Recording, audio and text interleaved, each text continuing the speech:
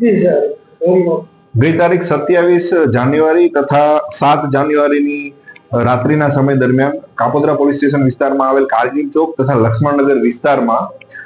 સાડીના stone જે ચોંટાડવાના હોય છે એ સ્ટોનના ગોડાઉનમાંથી રાત્રિની ઘરફોડ થયેલી, જે અનુસંધાને કાપોદ્રા પોલીસ સ્ટેશને 2 અલગ અલગ ગુના દાખલ કરેલા અને આ બંને ગુનામાં આશરે 4 લાખ જેટલો મુદ્દામાલ સાડીના સ્ટોન ગયેલા હતા, જેની તપાસ કાપોદ્રા પોલીસ સ્ટેશનના સર્વેલન્સના પીએસઆઈ કરતા હતા. એ દરમિયાન કાપોદ્રા પોલીસ સ્ટેશનના એએસઆઈ રાજદીપભાઈ તથા પોલીસ કોન્સ્ટેબલ અર્જુનસિંહને એવી માહિતી મળેલી કે 3 ઈસમો આ પ્રકારની ચોરીઓ કરે છે, જે 3 ઈસમો પર વોચ ગોઠવેલી અને જુદા જુદા સીસીટીવી અને હ્યુમન સોર્સથી માલુમ પડેલ કે આ 3 વ્યક્તિઓ દ્વારા આ ચોરીને અંજામ આપવામાં આવેલો છે, જેની ગઈકાલે રાત્રે ધરપકડ કરવામાં આવે છે. આ 3 વ્યક્તિ પૈકી એક જયસુખભાઈ રાજાભાઈ દાંભોલિયા, માનસિંહભાઈ પ્રતાપસિંહ ગોહિલ અને તેજાભાઈ નાથાભાઈ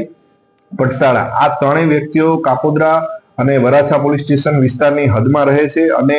આ જ પ્રકારની ચોરીઓ કરે છે. આની પૂછપરછ કરતા બીજી 3 ચોરીઓ વરાછા પોલીસ સ્ટેશન વિસ્તારમાં કરેલ છે, કસ્તુરબા ધામ કરીને કોઈ એરિયા છે ત્યાં કરેલ છે, જેની પણ વરાછા પોલીસ સ્ટેશનમાં ફરિયાદ દાખલ છે. આમ આ 3 આરોપી પાસેથી હાલ 5 જેટલી ઘરફોડ ડિટેક્ટ કરવામાં આવી છે અને અત્યારે આરોપીને નામદાર કોર્ટમાં રજૂ કરી રિમાન્ડની માંગણી કરવામાં આવશે અને વધારે ચોરી